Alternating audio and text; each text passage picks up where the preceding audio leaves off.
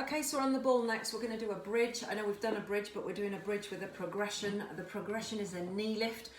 So what you're going to get from this is isolation. You're going to work your stronger side, you're going to work your weaker side separately. So there will be a highlighted difference between the two.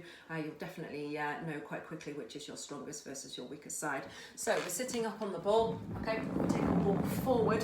You stop when your head, shoulders, upper back are on the ball, feet hip distance apart. So in the past we've done some up down lifts and squeezes. We've rolled back, round and through. So making this into a little bit more of a challenge. I'm going to advise you to take your arms out to the side. So again, you could treat that as stabilizers if you like.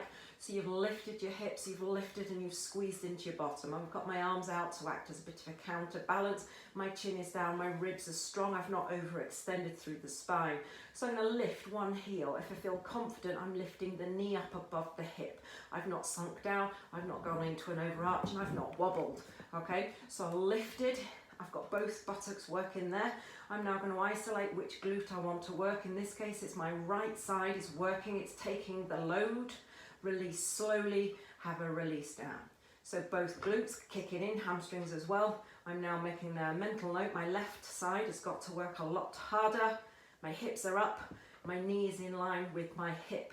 Now, if I feel strong enough, both buttocks kick into the right. If I feel I can add a little bit more of a challenge, I could add a rounding outward stretch for the chest and obviously floats for the shoulders. So a little bit more to think about. So not only am I trying to keep one side lifted, working, I'm now trying to balance whilst I've got movement with my arms. The arms are optional. That's obviously another step up. So glutes, one side, the knees over the hip.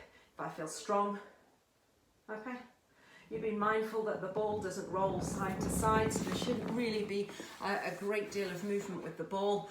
Tiny movement, and when maybe you do a transitional sway to the stabilizing leg, but it should be minimum. Okay, it is a tough one. It's a good one. As I said, I like to do a lot of isolation work, really trying to get the weaker side on board so the stronger side isn't taken over. It definitely will have to work.